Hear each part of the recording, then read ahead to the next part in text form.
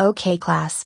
Today this time we are going to take a social studies test. Excuse me Miss Sally. Can I use the restroom? Yes. But please be back in 5 minutes. I got a class to teach. Yes ma'am.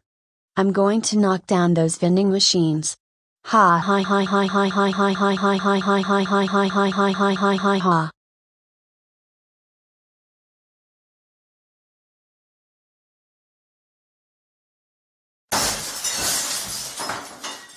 Yes. I knocked down those vending machines. Yes. I knocked down those vending machines.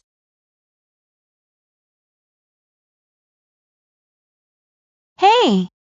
What the heck did you just do? Oh crap. Did you just knock down those vending machines? Yes.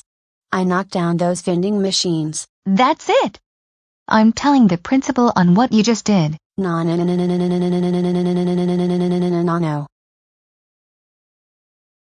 Tracy. How dare you knock down those vending machines? Now we'll have to put them back where they belong. Plus, knocking down vending machines can cause damage. That's it, you are suspended for a week. Go home right now.